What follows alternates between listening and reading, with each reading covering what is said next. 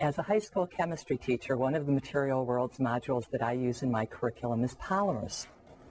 What I particularly like about the polymer unit is that it helps students make the connections between the structure of molecules and their properties.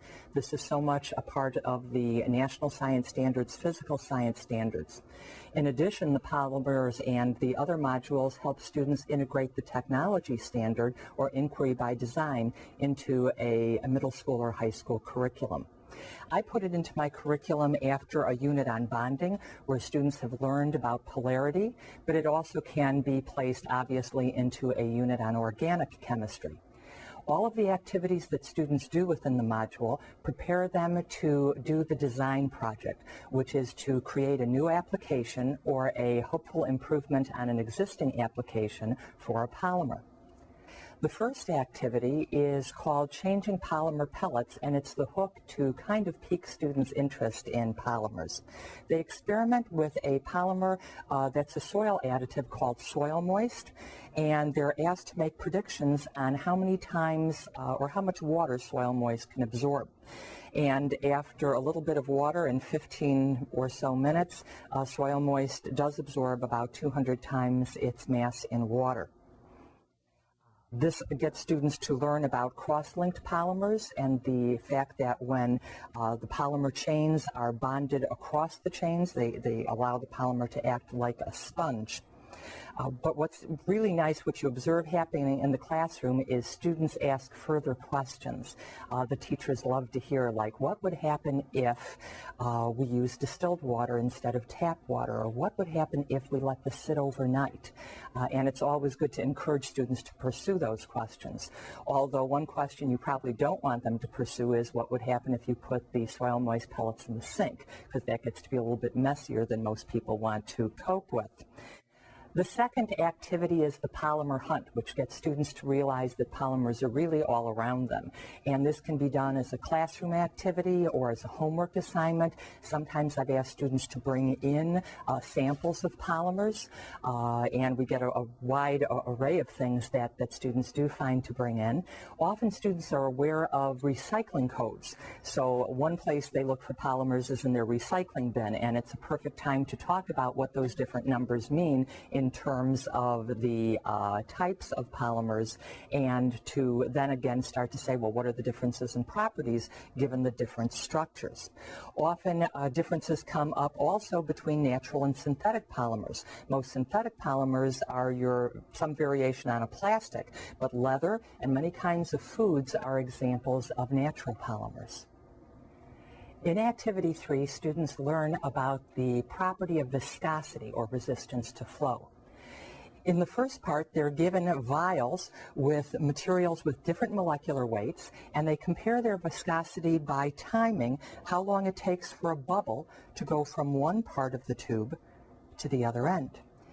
And in this, they see that the substance that has a higher molecular weight takes longer for the bubble to travel, so that the higher the molecular weight, the greater the viscosity. This is explained to students by using an analogy of a bowl of spaghetti, where the longer the noodles are, the more tangled up they get, and the more difficult they are to separate, or more viscous they'd be, as opposed to a bowl of shorter noodles, which would be more easily separated.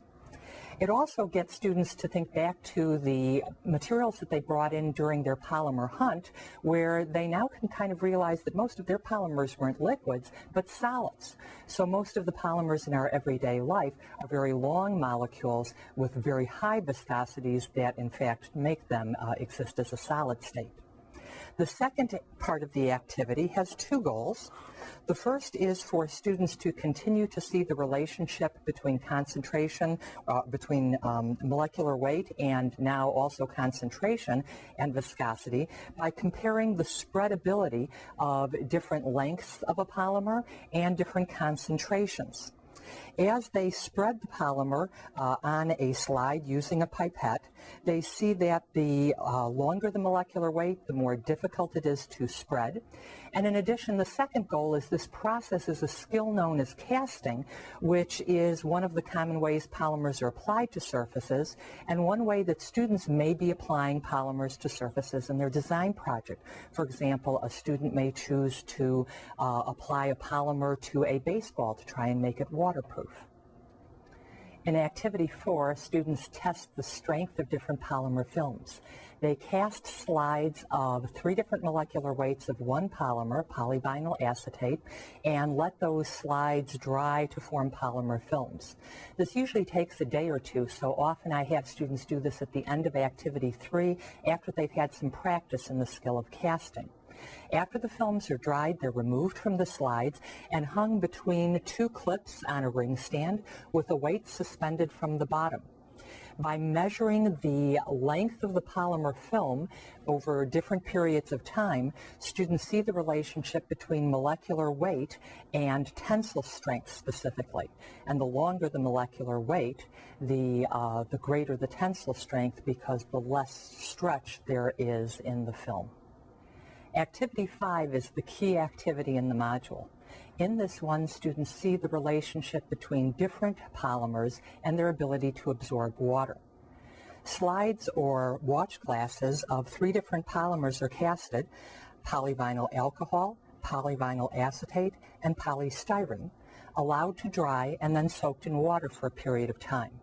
The masses before the soaking in water and after are compared, and what students see is that the polar polyvinyl alcohol totally dissolves in water, whereas the nonpolar polystyrene doesn't absorb anything. And this is usually where students start in their thinking as they begin to plan their design. The design experiment is the culminating activity in the module, and the module provides for 2 types of designs.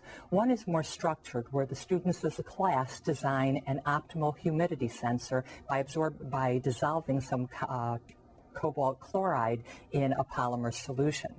But with my classes, I do the unstructured design project, where students get to design an application of any type of polymer or any polymer application that they choose. In the past, I've had students trying to improve upon hairspray, and they bring in their Barbie dolls and cut the hair to the same length and spray the polymer on their Barbies.